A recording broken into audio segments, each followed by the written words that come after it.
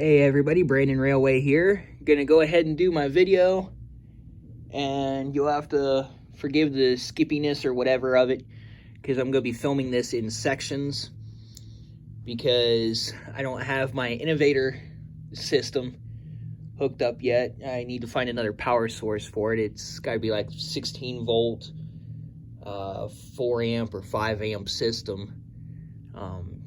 I've got the system, I need the booster or something. But anyhow, so I'm just running on controllers throughout the apartment. So I'll go ahead and start with a review of the Radial AC SD80 Max that I got. These are all Kato engines. Do a little close up on them so you guys can see the detail that's on them. They do all have ditch lights on the front. That's why I'm running tail to tail, and then elephant style on the back. Got the Radial AC wave there, the SD80 Mac Conrail 4103. Some nice detail, and actually, I don't know if you guys can see it or not, but I can see there's actually a chair in the cab. There is cab interior, at least in this engine. Wow, my phone's picking up on that pretty good, or at least I can tell. I can't tell if you guys can, but and then there's obviously the wipers on the windows and some of the warning labels and stuff, the antenna array. Eventually I'm going to have PTC antennas on all of these. And you can tell this engine has been weathered. The bell right there.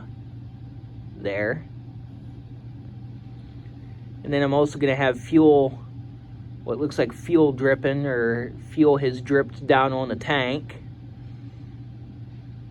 A little bit more detail. Warning labels and stuff. Give you a look at the top.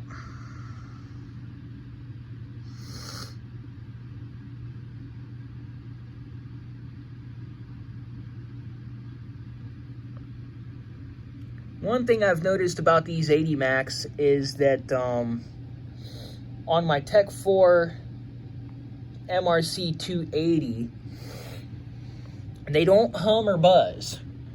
But on my, and that's a dual cab controller. But on my Tech 2 2500 single cab, they hum and buzz at very low speed, or even at zero. The flywheels are trying to move, and they actually are moving. So the locomotives are very, very, very slowly moving. I don't know if anybody can explain that to me or not. But then here's the thing that I found really cool about Conrail 4103 was made as Conrail 4103.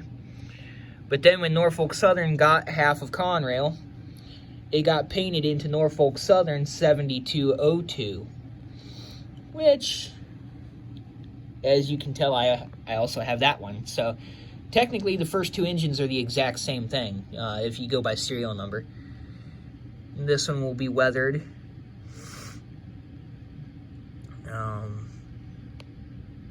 Probably pretty close to what the Conrail is weathered.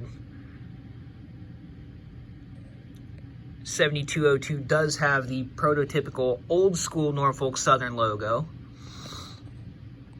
The only thing I can't understand about it is that on the cab here it says PRR under the logo, or the number boards.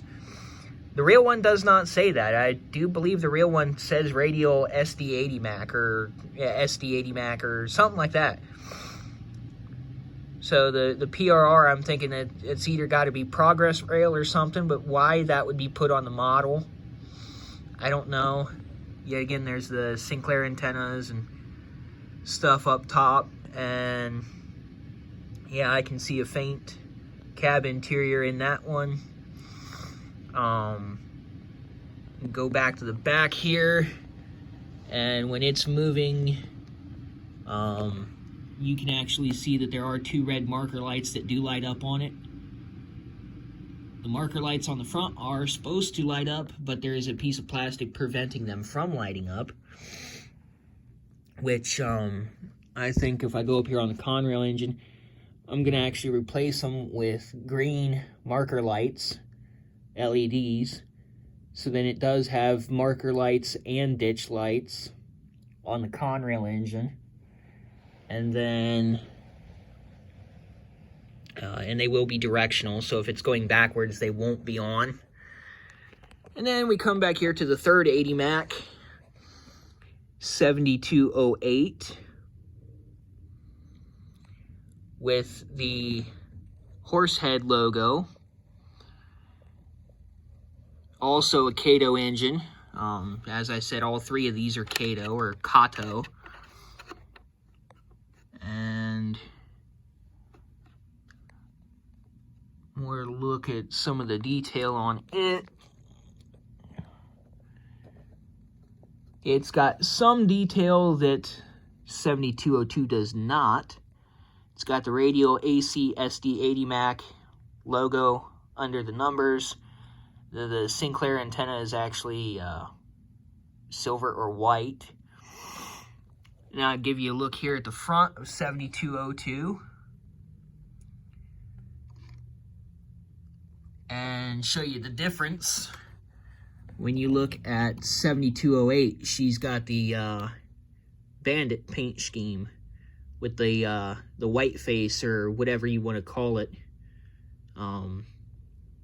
I think they've been called bandit units or skunk units or something because they've got that white up around the number boards and the lights and stuff.